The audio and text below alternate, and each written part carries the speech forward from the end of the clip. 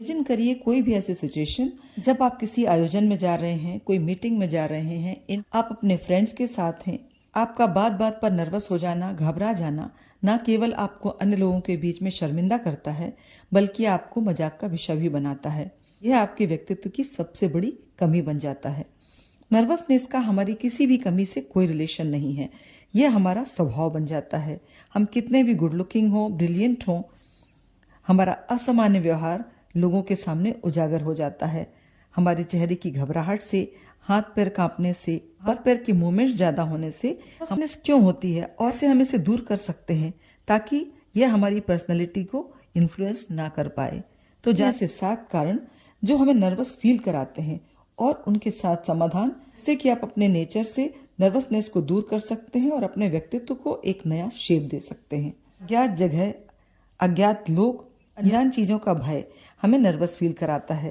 नए लोगों को, नई स्थितियों को हम मानसिक रूप से स्वीकार नहीं कर पाते और यही वजह बनती है हमारी नर्वसनेस की। कहीं मेरी कमियां लोगों के सामने ना आ जाए, मेरी अज्ञानता लोगों के सामने मजाक ना बन जाए। यह भय भी हमें जब सताता है तो हम नर्वस फील करने लगते हैं या घबरा जाते हैं। मेरे द्वारा दिए गया कोई स्टेटमेंट या कोई निर्णय लोगों के अगेंस्ट ना चला जाए, इसका विरोध ना हो और कोई अजीब स्थितियों का सामना ना करना पड़े।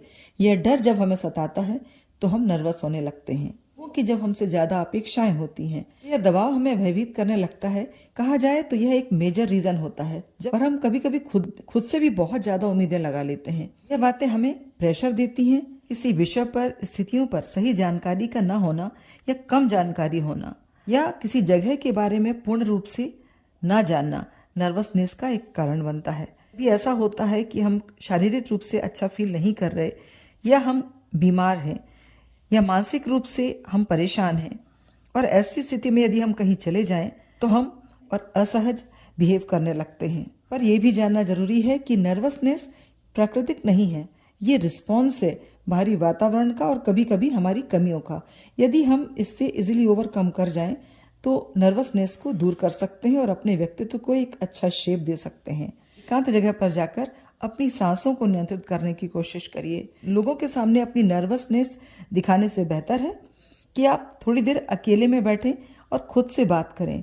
अपनी स्ट्रेंथ के बारे में सोचिए और अपनी कमियों को थोड़े वक्त के लिए भूल जाइए।